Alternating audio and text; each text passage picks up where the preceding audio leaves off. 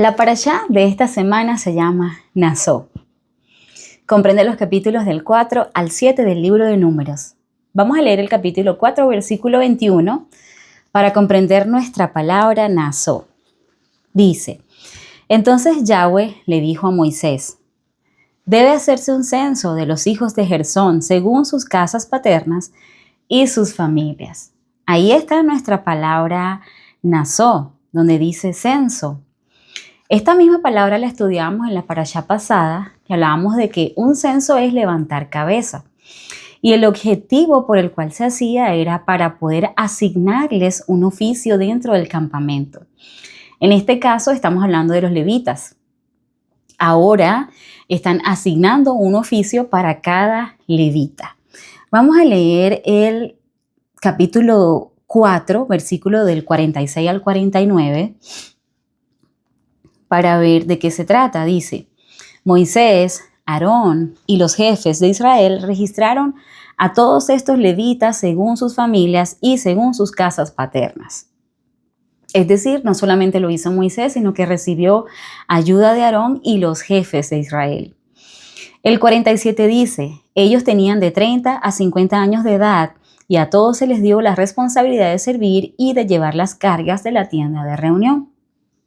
Importante, muy importante esta parte, porque está hablando de unas edades en específico. Estamos hablando que servir en el tabernáculo de reunión también incluía que cada vez que había que mover el campamento, movilizarse hasta llegar a la tierra prometida, tenían que desmontar todo el tabernáculo. Y allí también habían, digamos, cosas que pesaban. Era un trabajo arduo. Y esta es la razón por la que se utilizó esta edad específica, entre 30 y 50 años. Quizás se podían usar personas más jóvenes, pero tomando en cuenta que cuando somos más jóvenes también somos un poco más imprudentes, también somos un poco más ligeros, nos falta un poco de madurez en algunas cosas. Entonces probablemente usar personas tan jóvenes, aunque tuvieran mucha fuerza, lamentablemente se podría correr el riesgo de profanar las cosas santas. Y la edad de 50 años, ¿por qué no se podían usar personas mayores de 50 años? Porque también habían cargas muy pesadas. Entonces, una vez que ya somos ancianos, pues ya no tenemos la misma fuerza para hacer oficios así como ese tipo. Entonces, estas son las edades que consideró Yahweh que era la edad perfecta para hacerlo, tanto por la madurez como por la fuerza. ¿Ok? Vamos a continuar con el versículo 48 que dice: el total de los varones registrados fue de 8,580. Ellos fueron registrados de acuerdo con la orden de Yahweh mediante Moisés, cada uno según su servicio asignado y según lo que debía transportar. Fueron registrados tal como Yahweh le había mandado a Moisés. 8,580 no era la totalidad de todos los levitas, era la totalidad de las personas que se iban a usar para el servicio del tabernáculo. ¿Ok? Y otra cosa importante que vi aquí, que cuando termina este capítulo está diciendo que esto todo se cumplió conforme lo dijo Yahweh a Moisés. Y no es la primera vez que encuentro algo como eso. Casi siempre cuando terminan los capítulos o cuando se está hablando de una orden en específico, casi siempre dice esto. Y creo que es importante tenerlo en cuenta y creo que también Dios quiso que lo tuviéramos en cuenta y por eso lo repite tantas veces, porque creo que aquí se está demostrando que ellos podían obedecer y que obedecían y que incluso lo hacían todo conforme Yahweh lo había mandado hacer. Esto nos demuestra que de alguna forma nosotros sí podemos obedecer. Muchas veces pensamos que es difícil obedecer, que no podemos hacerlo, que es complicado, que la situación en la que estamos no nos permite obedecer. Pero ver a Israel obedeciendo todo tal cual Yahweh había mandado a Moisés, creo que debemos tenerlo en cuenta. Y tomarlo en cuenta en nuestras propias vidas, que si ellos podían obedecer en medio de un desierto, en medio de la situación tan difícil la que estaban viviendo, nosotros también podemos obedecer conforme las órdenes que Dios nos ha dado. Vamos a leer ahora el capítulo 5 el versículo del 29 al 31 que dice así. Antes de leerlo, capítulo 5 del 16 al 18. Dice así. Antes de leerlo, quiero hablar un poco de qué se trata esto. Las personas o las parejas, las familias, pues cuando el hombre tenía cierta sospecha de que quizás su esposa había sido infiel o estaba haciéndole infiel, tenían que llevarla ante el sacerdote. Y esto es algo como un poco inusual en este tiempo. Pero en ese momento el sacerdocio no solamente se encargaba de la parte espiritual, tenía un compromiso mucho más allá. ¿Ok? Y aquí lo podemos ver. Entonces, cuando existían este tipo de celos, el hombre tenía que llevar a la mujer al sacerdote. Y aquí ocurría algo bien interesante, que es lo que vamos a leer. El versículo 19 dice, entonces el sacerdote hará que la mujer haga un juramento diciéndole, perdón, ese no es, el 16. Dice, el sacerdote hará que la mujer se acerque y se presente delante de Yahweh. El sacerdote llenará un recipiente de barro con agua santa. Luego tomará un poco de polvo del suelo del tabernáculo y lo echará en el agua. Y el sacerdote hará que la mujer se presente delante de Yahweh, le soltará el cabello y le pondrá sobre las palmas de las manos la ofrenda de grano que sirve de recordatorio, es decir, la ofrenda de grano relacionada con los celos. Y el sacerdote tendrá en su mano el agua amarga que provoca una maldición. ¿Ok? Lo que está diciendo es que luego que el esposo lleva a esta mujer, porque tiene sospecha, entonces el sacerdote la hace tomar un agua que prepara con agua santa y echa un poco de polvo del suelo y le hace tomar esta agua. Vamos a tratar de entender por qué pasa esto. Y vamos ahora sí a Números capítulo 5, versículo del 29 al 31. Dice, capítulo 5, versículo del 27 al 28. Dice, cuando él haga beber del agua, si ella se ha contaminado y le ha sido infiel a su esposo, entonces el agua que provoca una maldición entrará en ella y se convertirá en algo amargo. Su abdomen se hinchará y su muslo decaerá, y la mujer se convertirá en un ejemplo de maldición en medio de su pueblo. Entonces, la razón por la que se debía hacer esto era para que cuando la mujer tomara esta agua, pues algo iba a suceder en ella que iba a ser evidente a las demás personas que ella era culpable, en el caso que fuera culpable. Entonces, ahí habla de que se hincharía su abdomen y que su muslo decaería. Parece ser que es algo más bien físico, que es algo más bien estético, y si lo leemos en nuestra modernidad, estamos pensando como que, se va a poner fea, no sé, va a perder su figura. Sin embargo, cuando exploramos un poco, cuando tratamos de entender desde el pensamiento hebreo, desde su contexto original, nos damos cuenta que no se está refiriendo a eso. Esto es solo una traducción, pero realmente no se está refiriendo a eso. ¿Y por qué no se está refiriendo a eso? Porque cuando seguimos leyendo, entonces entramos en el contexto y allí es donde ocurre que la traducción que tenemos o lo que estamos leyendo no encaja, no hace una conexión una con la otra. Entonces aquí es donde ocurre que necesitamos tratar de entender el contexto, tratar de entender dentro del pensamiento hebreo, dentro del idioma original en el que se escribió, para poder saber exactamente qué era lo que se estaba refiriendo. Dice el versículo 28, dice, sin embargo, si la mujer no se ha contaminado y es pura, entonces se librará de este castigo y podrá quedar embarazada y tener descendencia. Aquí está claro. Aquí ya podemos entender un poco más. Ok, si la mujer tomaba esta agua y era culpable, entonces no iba a poder tener hijos. A eso es lo que se está refiriendo exactamente. No está diciendo solo que su abdomen se iba a hinchar y su muslo se iba a caer, aunque la traducción nos diga eso, no es eso a lo que se refiere. Está diciendo que la mujer no iba a poder quedar embarazada. Sin embargo, si era inocente, sí iba a poder quedar embarazada. Entonces, claro, esta ley, que es la ley de los celos, se le conoce como la ley de los celos o la ley en caso de celos, es un poco rara. Si la leemos dentro de nuestra modernidad, si la leemos de forma literal, estamos viendo que algo está sucediendo. A la mujer la ponen a tomar un agua que parece un poco rara y todo esto de verdad parece como algo extraño. Sin embargo, siempre tenemos que tener en cuenta que todas las leyes que están escritas en la Torá, en la ley de Dios, todas las leyes tienen un corazón y una nobleza, a pesar de que no parezca así. Y cuando no nos parece así, necesitamos seguir indagando y necesitamos verlo con el corazón de Dios, con el corazón convertido, con el corazón de misericordia. Porque si solamente vemos la parte,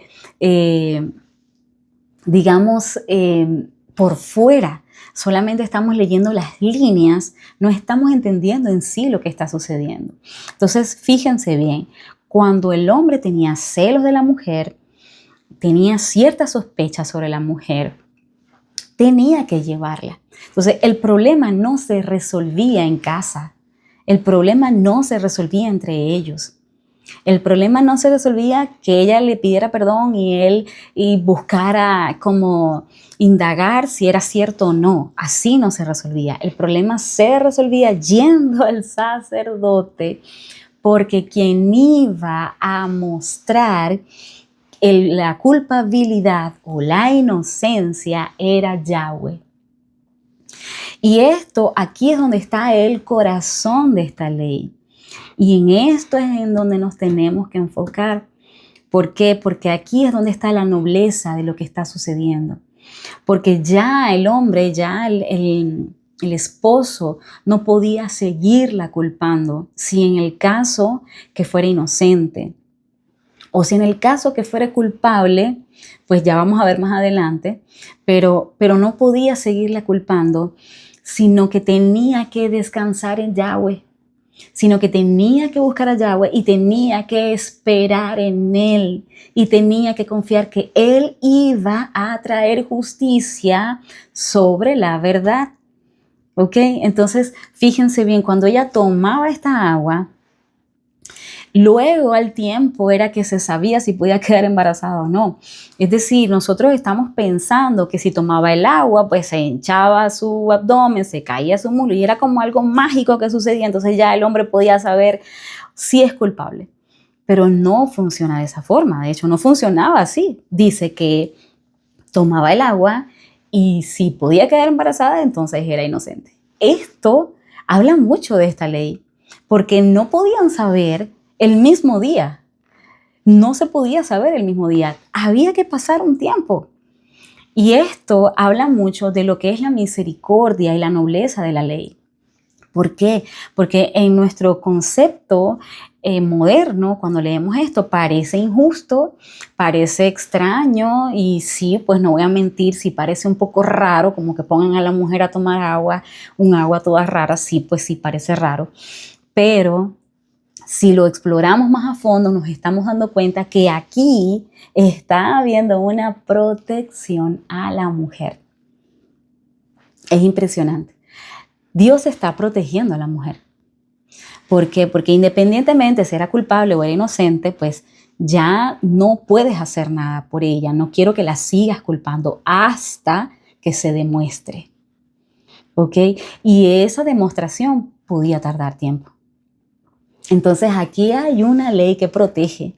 Esto es una ley que está más bien protegiendo. Y eso es en donde nos tenemos que enfocar. Es ahí donde nos tenemos que enfocar. Ahora bien, si esta mujer era culpable, y esto es un análisis muy personal, no estoy diciendo que lo encontré en la Biblia ni tampoco que Dios me lo dijo. Es un análisis muy personal. Si esta mujer pongamos el caso que era culpable. Para que fuera culpable había que pasar tiempo. La mujer no iba a poder quedar embarazada por, quién sabe, por mucho tiempo. Entonces, cuando se descubriera esa culpabilidad, probablemente el hombre, el esposo, ya no tenía tanta rabia. Probablemente el esposo ya incluso podía perdonarla. Les digo, es un análisis personal. Probablemente esto no pasaba. Pero, quién sabe, podría ser un caso. Entonces, ahí sigo pensando sobre la protección que Yahweh le ofrecía, incluso siendo culpable. Ahora bien, Números capítulo 6, vamos con el capítulo 6, ya terminamos en el capítulo 5, vamos con el capítulo 6, versículo del 1 al 2, dice así. Yahweh siguió hablando con Moisés, le dijo, habla con los israelitas y dile, si un hombre o una mujer hace el voto especial de vivir como nazareo para Yahweh, debe abstenerse de vino y otras bebidas alcohólicas. No debe beber vinagre de vino ni vinagre de otras bebidas alcohólicas. No debe beber ninguna bebida hecha con uvas ni comer uvas frescas de la vid. Ok, entonces aquí nos está hablando de algo que se llama nazareato. El nazareato, esta palabra nazareato, lo que significa es separado, apartado para Dios. Pero es importante que tengamos en cuenta para quiénes está hablando esto, porque está diciendo, habla a los hijos de Israel si un hombre o una mujer hace el voto. Esta palabra apartado para Dios era la que se usaba para los sacerdotes. Ok, había un grupo específico, había el sumo sacerdote y los sacerdotes, que en este caso eran los hijos de Aarón, ellos eran los apartados. Y para ellos había unas leyes específicas porque habían sido apartados para Yahweh. Sin embargo, aquí está hablando ya del pueblo en general. Cualquier persona que quiera apartarse, esto es lo que debe hacer. Y esto es lo que se llama nazareato. Entonces, ¿qué era lo que debían hacer? No beber vino, no cortarse el cabello. Y la tercera cosa era no tocar ningún cadáver, incluso así fuera de su propia familia. Y esto ya lo vimos incluso. En una de las parashá pasadas hablábamos que el sumo sacerdote no podía tocar un cadáver, ni siquiera si era su propia familia. Entonces esto se parece mucho, pero ya no estamos hablando del sumo sacerdote, ahora estamos hablando de personas del pueblo que no tenían ningún oficio especial. Ellos también podían hacer esto. Ahora, ¿para qué se hacía el nazareato? Y aquí sí es bien importante tratar de entenderlo, porque el nazareato se hacía para apartarse para Yahweh, para tener una comunión perfecta con Dios. Entonces, que de alguna manera era la misma comunión que tenía Aarón con Dios. Entonces, era como decir, como la oportunidad que tenías de ser como el sumo sacerdote, no de ser un sumo sacerdote, de ser como él, en el sentido de la cercanía de Dios. Y esto me parece súper noble, súper lindo de Dios, que quisiera tener esto, que quisiera darle la oportunidad. Porque pues yo sé que siempre hay personas que les da muy igual estar de un lado o del otro. Quizás, sí, a mí me tocó ser pueblo, bueno, no pasa nada, yo sé que tengo que ayudar en el campamento, cuando haya que trasladarse, yo sé que tengo que obedecer las leyes de Dios y estoy muy bien con eso, no pasa nada. Pero siempre dentro del pueblo hay personas que piensan, yo quisiera un poco más. Yo quisiera tener una amistad más estrecha. Yo quisiera, ¿cómo se sentiría ser Moisés? ¿Cómo se sentiría ser Aarón? Siempre dentro del pueblo va a haber personas que van a anhelar un poco más. Hay personas que se conforman y hay personas que dicen, ay, sí, ojalá yo tuviera un poco más, ojalá yo estuviera más cerca de Dios, yo quisiera ser profeta, yo quisiera ser... Y esta ley es para estas personas que de alguna forma también anhelaban eso. Había una oportunidad para ellos también. Y esto me parece súper lindo de Dios. Entonces, ¿y por qué digo que es importante que tener en cuenta la razón? Porque nosotros pudiéramos pensar que de repente este tipo de sacrificios que se hacían, que era no tomar vino, no cortarse el cabello y no tocarlo a un cadáver, nosotros en nuestra modernidad podríamos pensar que las personas hacían eso para obtener un beneficio de Dios. Por ejemplo, necesito un nuevo empleo, voy a hacer un voto de nazareato. Pero esa no, en ningún momento de la ley está diciendo que era para obtener algún beneficio. Se hacía para estar cerca de Dios. Se hacía para poder tener una comunicación directa como la que tenía el sumo sacerdote. Para eso se hacía el nazareato, para apartarse para Yahweh. Entonces vamos a leer capítulo 6, versículos 6 al 8. Dice: no debe acercarse a un muerto mientras esté separado para Yahweh. Aun si muriera su padre, su madre, su hermano o su hermana, él no debe contaminarse, ya que tiene sobre la cabeza la señal de su nazareato para su Dios. Entonces, en el caso del sumo sacerdote, tener la señal sobre la cabeza, él tenía literalmente una diadema, o lo que conocemos como una corona, decía santidad a Yahweh.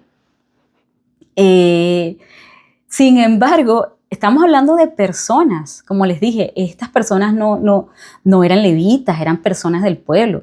Y está diciendo que no debían tocar a ningún cadáver, independientemente que la persona que haya muerto, porque tenían la señal sobre su cabeza.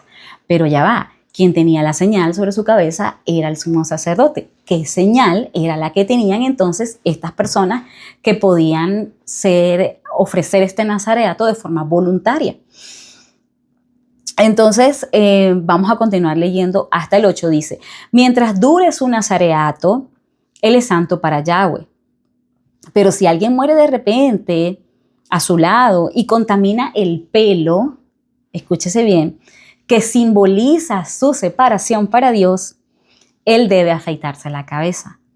El día en que vaya a ser declarado puro, debe afeitársela al 7º día. Aquí está la señal. Lo que mostraba al pueblo, lo que dejaba evidencia que esta persona estaba ofreciendo un voto de nazareato, era el cabello. Porque no debían cortarse el cabello, no podían pasar navaja sobre su cabeza. Entonces su cabello, dependiendo de la cantidad del tiempo que la persona estaba ofreciendo el voto, empezaba a crecer. Y esto hacía que fuera visible para todas las personas. Cuando las personas veían esto, podían saber, esta persona está apartado, esta persona está ofreciendo un voto, esta persona se está apartando para Yahweh. Y esa era su corona. Su cabello era la señal del nazareato. En el caso de Aarón, su diadema era la señal de que él estaba apartado. Pero en el caso del pueblo, el dejar crecer su cabello era la señal de que estaba siendo apartado. Entonces, fíjense bien. Es bien bonito esto, es bien bonito cuando lo entendemos desde el pensamiento hebreo, desde la forma correcta de entenderlo, porque este hombre o esta persona que estaba ofreciendo este voto se estaba apartando para Yahweh porque necesitaba estar cerca de él, porque necesitaba sentirse como se sentía el sumo sacerdote o como se sentía quizás Moisés cerca de Yahweh. Y esto era solo sentirse cerca de Yahweh, de alguna forma también le permitía tratar de entender a Yahweh, tratar de escuchar a Yahweh. Entonces, lo que le permitía a esta persona, mejor dicho, lo que le permitía, no, lo que hacía que todo el mundo se enterara que estaba haciendo esto era su cabello. Ahora yo me hice esta pregunta, ¿era necesario que las personas se enteraran de esto? ¿No era mejor simplemente hacer nazareato de forma silenciosa? Nadie tenía que enterarse que estaba siendo apartado. Sin embargo, este patrón se repite muchas veces dentro de este contexto del campamento, del desierto. Dentro de este contexto se repite muchas veces un patrón como esto, donde Yahweh pide que se haga visible lo que el voto, lo que la persona es, lo que identifica a la persona. Yahweh siempre usa este tipo de símbolos para que todo el mundo tenga evidencia de lo que está sucediendo. Y esto también le permite a la misma persona que está ofreciendo voto recordar, porque lo que está haciendo es visible, todo el mundo lo está viendo. Entonces, quizás para este tiempo, si lo hacemos de esa forma, nosotros podemos corromper la pureza de eso, porque lo podemos hacer solo para demostrar a los demás lo que estamos haciendo. Pero en sí, en este caso en particular, en todo lo que estaba sucediendo en el desierto, no era de esa forma. Yahweh no pedía que se diera evidencia para hacerse superior, que es como lo vemos ahora, sino al contrario, para que hubiera una inferioridad, para que todo el mundo viera, para que fuera evidente, para que hubiera testigo y para que la misma persona recordara lo que está haciendo. Entonces, a Yahweh le encantan los símbolos y también le encanta que las personas puedan ver quiénes somos, lo que estamos haciendo, lo que nos identifica. En este tiempo creemos lo contrario, que debemos ocultarnos, que debemos hacer todo en silencio, que mejor bajo perfil, porque no hay que como exponerse demasiado. Pero si lo hacemos con la actitud correcta, con el compromiso correcto, Yahweh se complace de eso. Sin embargo, si lo que estamos buscando es tratar de brillar nosotros y sentirnos superior, entonces ahí ya se corrompió la razón de por qué tenemos que exponernos. Pero esto me pareció lindo, me pareció noble. Dejaban crecer su cabello porque esa era su corona, porque ese era su orgullo. Eso era decir, yo estoy apartado. Esa era la evidencia de que de que estaba dando un voto, y eso era bueno, porque no estaba siendo corrompido como en el caso de este tiempo. Pues eso era bueno. A Yahweh le encanta que nosotros de alguna forma exterioricemos quiénes somos de verdad por dentro.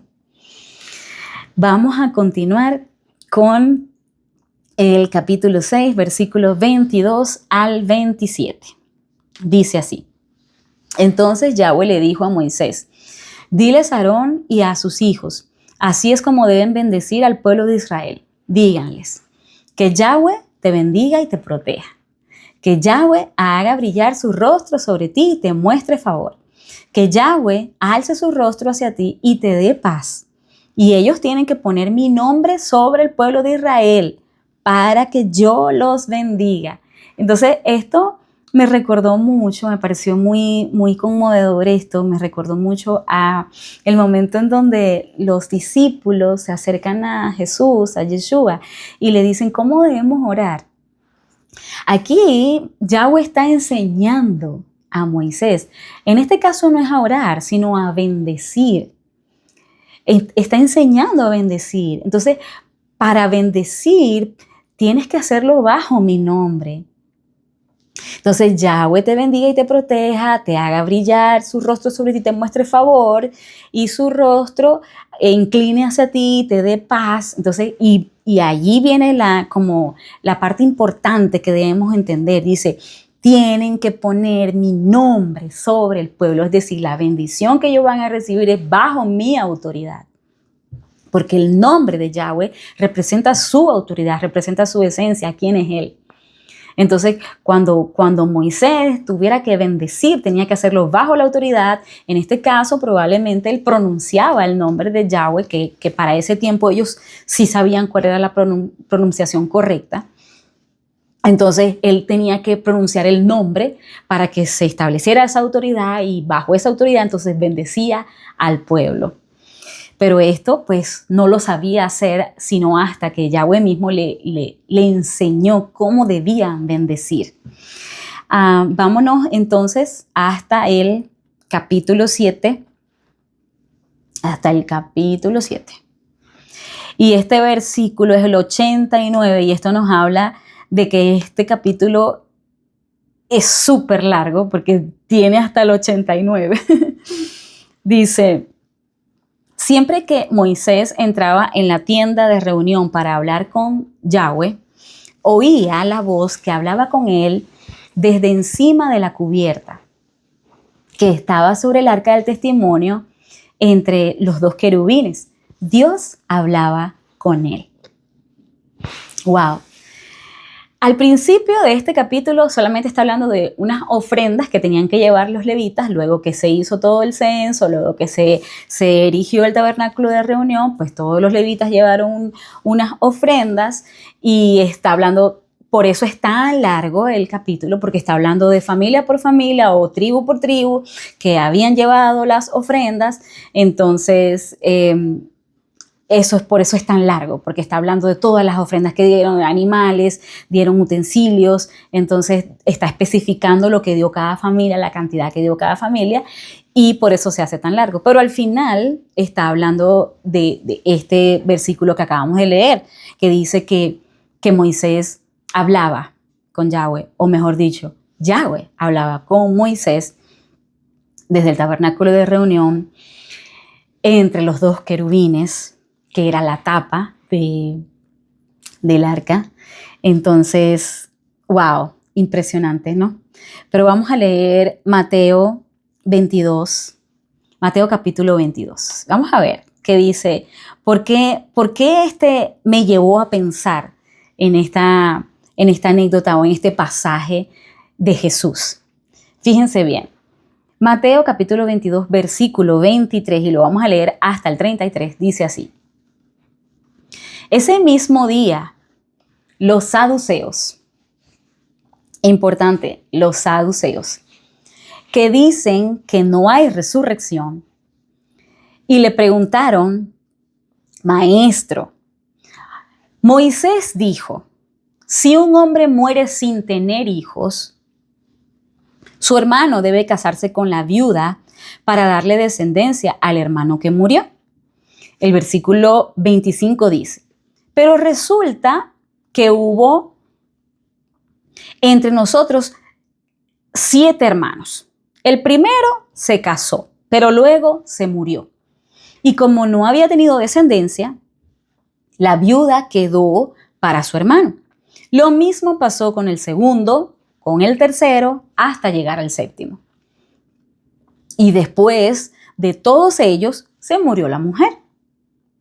Dinos, en la resurrección, ¿de cuál de los 7 será esposa? Porque todos estuvieron casados con ella. Ok, vamos a ver. Antes de llegar a la parte donde Jesús le responde, que es la parte dura, vamos a entender un poco quiénes eran los saduceos. ¿Quién es este grupo? Los saduceos eran la secta de judíos que servían dentro del templo. Estos eran los saduceos. Entonces, ellos eran una élite, ¿ok? Ellos no creían en la resurrección, pero hay una explicación a esto. Hay una explicación porque si tú estás dentro de esta élite, si estás dentro del templo, de los oficios del templo, que por supuesto para este tiempo, para la época de Jesús, ellos se lucraban de estar allí y vivían muy bien.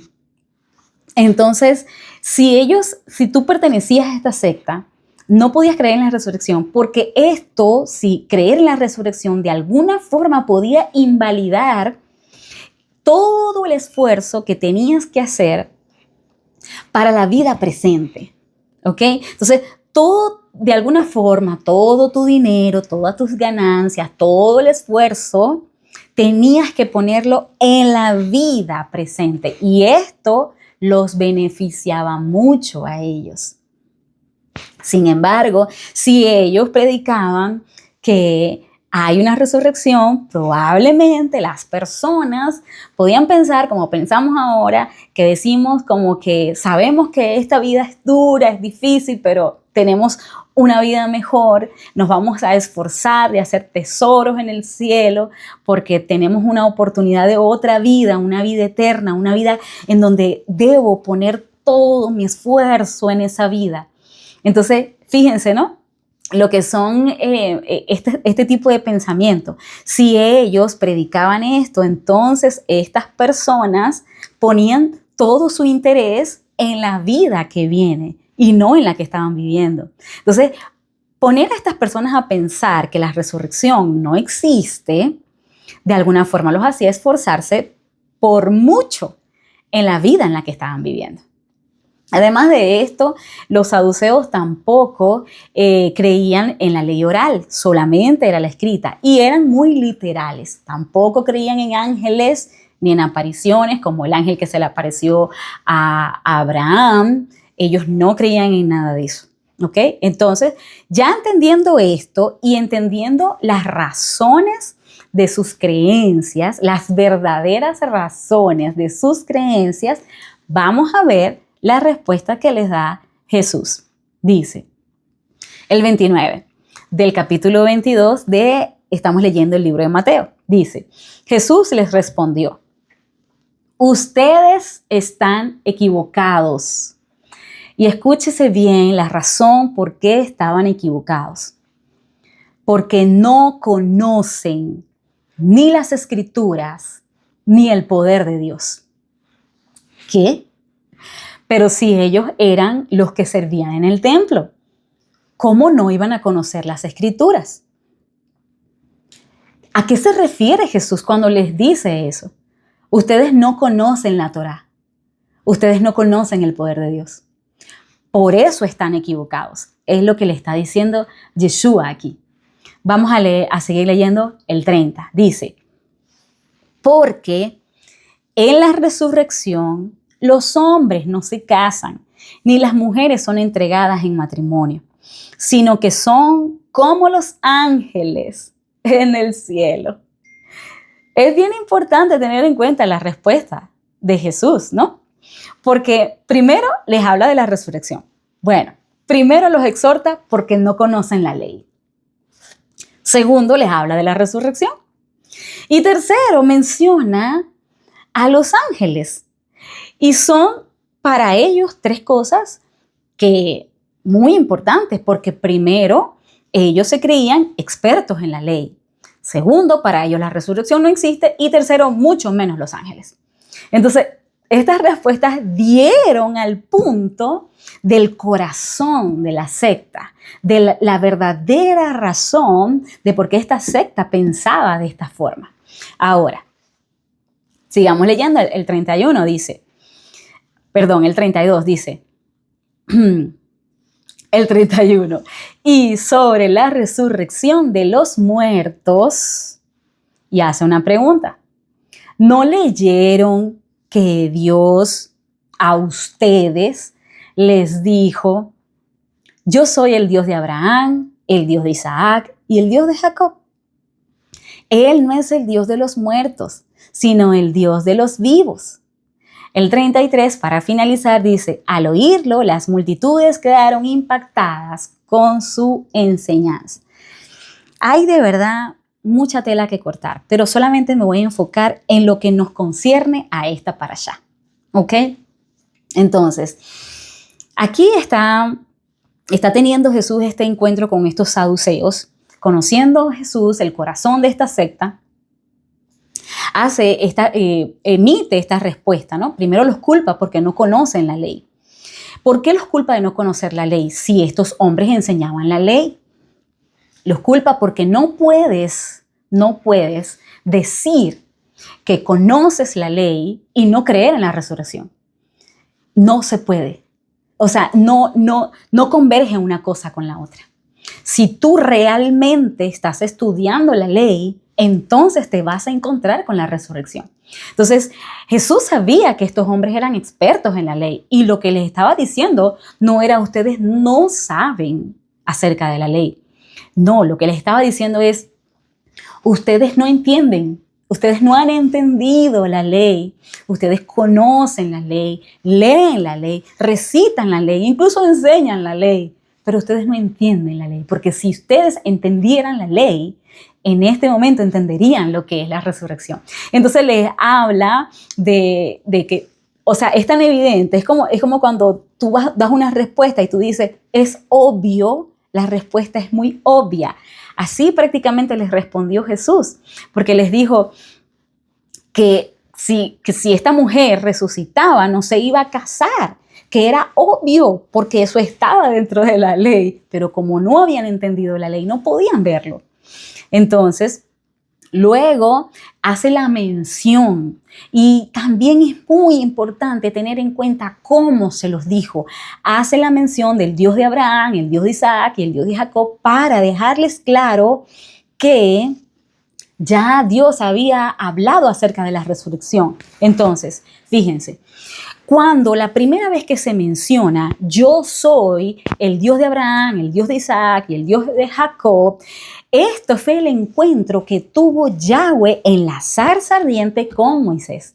Y por eso es que estamos hablando de esto en esta parashá, porque estamos hablando, recuerden que terminamos con el último versículo que era el 89 y que decía que Yahweh hablaba con Moisés. Entonces, el primer encuentro que tuvo Yahweh con Moisés, la primera cosa que le dijo, además de su nombre, porque le dijo Moisés, Moisés, y después lo mandó a santificarse porque le dijo, quita la sandalia de tus pies porque el lugar donde estás es santo. Entonces, primero lo llama por su nombre, luego lo santifica y luego le dice, yo soy el Dios de Abraham, de Isaac y de Jacob. Y en ese momento, Yahweh le habló de la resurrección. Allí fue, en ese momento, lo que estaba diciéndole Yahweh a Moisés. Yo no soy un Dios de muertos, yo soy un Dios de vivos. Allí está hablando de la resurrección y por eso lo trae Yeshua, lo trae en la respuesta que les está dando. Pero es importante porque les dice que Yahweh se los dijo a ellos. Pero en sí, esto fue, Yahweh se los dijo, fue a Moisés. ¿Y por qué entonces Jesús dijo, acaso, vamos a leerlo otra vez, dice, y sobre la resurrección de los muertos, que es el versículo 31, ¿no leyeron que Dios le dijo a ustedes, yo soy el Dios de Abraham? ¿Por qué? ¿Por qué dice eso? Porque ellos leían la ley. Y la ley había sido dada por Moisés. Y para ellos eso era súper importante. Y ellos consideraban que esa ley era para ellos. Ellos consideraban que todo eso que Dios le mandó a Moisés, también se lo mandó a ellos. Entonces, ahí es donde Jesús le está diciendo, así como crees eso, también tienes que creer cuando Yahweh habló con Moisés la primera vez y le habló acerca de que para él no hay muertos, de que están vivos, porque Dios no es un Dios de muertos. Entonces, Jesús estaba hablando lo mismo que habló Yahweh. Yahweh apareció a Moisés y tuvo con él una comunión y una relación, digamos, perfecta. Dice que Moisés lo oía y también sabemos que daba órdenes al pueblo y el pueblo obedecía esas órdenes. Esa era una comunión perfecta, una comunicación perfecta. Pero entonces ahora tenemos a Jesús hablando también. ¿Y qué hablaba Jesús? ¿Qué era lo que hablaba Jesús? Y aquí en esta respuesta que le dio a los saduceos, tenemos uno de los ejemplos de lo que hablaba Jesús. Habló lo mismo que hablaba su padre en el desierto, en el Sinaí, con Moisés. Hablaba lo mismo. Yahweh siempre ha venido hablando lo mismo. En el principio lo hizo a través de su profeta Moisés y luego usó a Jesús para seguirnos hablando a nosotros. Y su mensaje sigue siendo el mismo.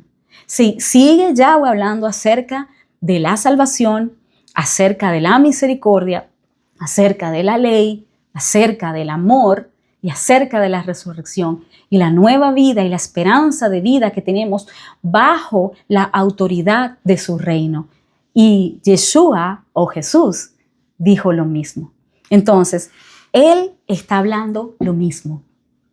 Sin embargo, nosotros somos hoy como Moisés, que dice la Biblia que hablaba al pueblo, mandaba y todos obedecían conforme a eso. Somos nosotros como Moisés que cuando Yahweh habla, realmente obedecemos. Creemos que eso es verdad y creemos que es actual.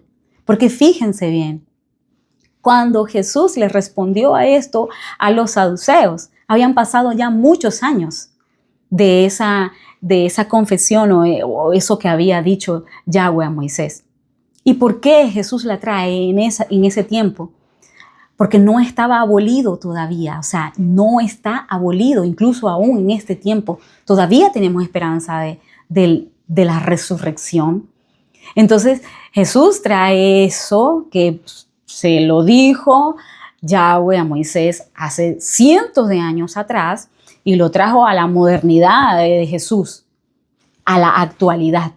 Y le dijo, esto está actual, todavía esto está vigente. ¿Y qué creemos nosotros en este tiempo? ¿Estará vigente o no? ¿O seremos nosotros como los saduceos, que vamos a creer solo lo que nos conviene, solo lo que nos da una posición? ¿O vamos a ser como Moisés, que creyó todo y que todo estaba vigente? Entonces, esa es una buena pregunta para hacerse en este tiempo. Y de verdad espero que ustedes hayan disfrutado esta parashá tanto como yo.